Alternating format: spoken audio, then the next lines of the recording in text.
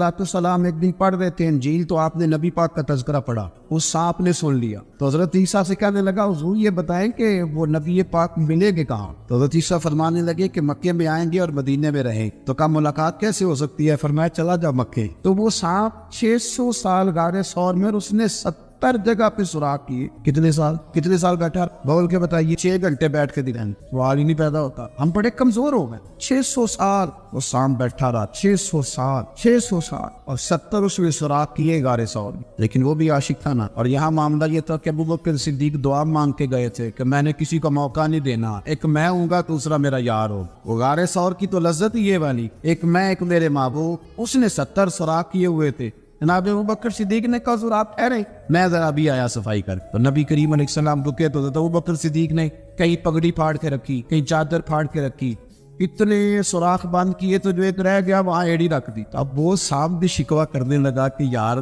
तू भी कोई निराला याशक है कि मैंने तो कसर ही कोई नहीं छोड़ी थी, 70 सुराख किए थे और तूने भी कमाल ही कर दी है, ये सारे ही बंद कर दिए, जो बच गया उस पे एड़ी रख दी। उसने पता नहीं कितने डंग मारे। सांप का जब डंग लगता है तो वजूद में बहुत ज्यादा गर्मी पैदा हो। गर्मी हज़रत अबू बकर सिद्दीक के बारे में हमारे शारहीन ने लिखा, रोए नहीं, वजूद इतना गर्म हुआ कि आंसू टपक पड़े। नबी करीम सल्लल्लाहु अलैहि वसल्लम ने फरमाया हटा ना जरा पैर। फिर उन्होंने हटाया तो मेरे मुस्तफ़ा में दुआ पे दहाई हो गया। मुल्ला मोइनुल वाइज काशवी रहमतुल्लाह अलैह फरमाते हैं कि जब उन्होंने कदम हटाया ना तो फिर वो सांप बाहर निकला, अपना सर निकाला और खड़ा होके हुजूर का दीदार करने लगा। नबी करीम ने फरमाया तेरा काम हो गया, अब तू जा, मुझे और अबू बकर को रहने। वो निकल गया। ये कैफियत है, ये मोहब्बत है, ये बारफ्ती है, ये सोच है, ये दर्द है। यारो ये मैं कहा करता हूँ कि ये चीज जीने का भी मजा देती है, मरने का भी मजा, सुरूर आता है इंसान उसमें। जब ये कैफियत शामिल होती है ना, रंग और होता है, दर्द और होता है, जायका और होता है, कैफियत और होती है,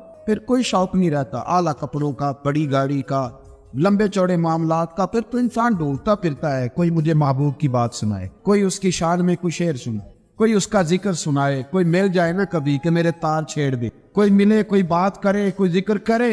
फिर इंसान ढूंढता फिरता है उन लफ्जों को, उन लोगों को जो पकड़ के दरवाजा रसूल सल्लल्लाहु अलैहि वसल्लम की बारगाह तक ले जाएं। बड़ा प्यार किया मेरे करीब महबूब। अरब के अंदर साल के बाद औरतों का एक मेला लगता था खाना काबा के पास, सिर्फ औरतें इकट्ठी होती थी, मेला लगा हुआ था। एक तौरात जानने वाला यहूदी आलिम भी आया हुआ था। वो बीबियों के मजमे पे नजर डाल के कहने लगा, बीबियों मर्द का काम तो कोई नहीं औरतों के मजमे में बात करना, लेकिन मैं तुम्हें एक पैगाम देने लगा हूँ।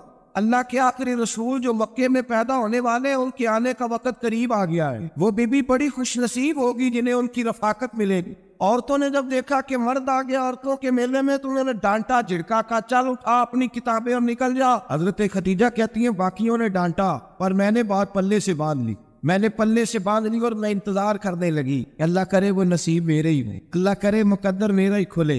अब फरमाती मैं तस्बीह पढ़ती, दुरूद पढ़ती, मैं उस जमाने में जो अल्लाह का जिक्र जिस तरह होता था वो मैं शुरू करती, और जब फारिग होती तो मैं इंतजार करती कि अल्लाह मेरे नसीबे खोल दे। कहती है आहिस्ता आहिस्ता मैं हुजूर की तारीफ सुनने लगी, आहिस्ता आहिस्ता तारीफ सुनने लगी। नबी पाक सादिक हैं, अमीन हैं, सच्चे हैं, दयानतदार हैं। इस बुरे और मैंने मुआशरे में भी वो सबसे आला भी है और सबसे उजले भी है, वो सबसे पाकीज़ा है। मैं सुनने लगी तारुफ, आहिस्ता आहिस्ता मैं उनकी गर्विदा होने लगी। उधर नबी पाक सल्लल्लाहु अलैहि वसल्लम अपने चचा जनाब अबू तालिब के पास रहते थे। कहत आ गया, हालात बिगड़ गए। हुजूर सैयद आलम सल्लल्लाहु अलैहि वसल्लम से चचा कहने लगे, बेटे अगर माले तिजारत लेके शाम जाओ तो बड़ा नफा कमाओगे, हमें जरूरत भी है, और अगर हो सके तो खतीजा का माल लेके जाओ। और नबी पाक ने कहा, चचा मैं नहीं कहूंगा किसी से जाके, मैं नहीं कहता किसी से जाके, जो मेरे नसीब में होगा मेरा रब खुद अता फरमाएगा, मैं नहीं कहूंगा। मुस्तफा ने तो नहीं कहा। हजरत खतीजा रदी अल्लाह ताला अन्हा कहती है मैंने खुद अपनी खादमा को भेजा, मैंने कहा जाके पूछो तो सही कि मेरा माल कबूल होता भी है कि नहीं, पूछो नबी पाक सल्लल्लाहु अलैहि वसल्लम से पूछ। हजरत खतीजा की ख्वाहिश है कि हम माल लेके जाए, हुजूर ने कबूल कर लिया।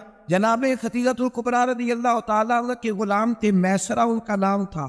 जनाब खतीजा ने उनको साथ भेजा, फरमाया 3 बातें इरशाद फरमाई। एक तो फरमाया सारा रास्ता गौर से देखना मेरे नबी के साथ क्या मामलात दरपेश होते हैं। अभी ऐलान नबूवत नहीं किया, फरमाया जरा गौर करना, मेरे मुस्तफ़ा का मुतालिया करना और मुझे वापस आके सबक सुनाना।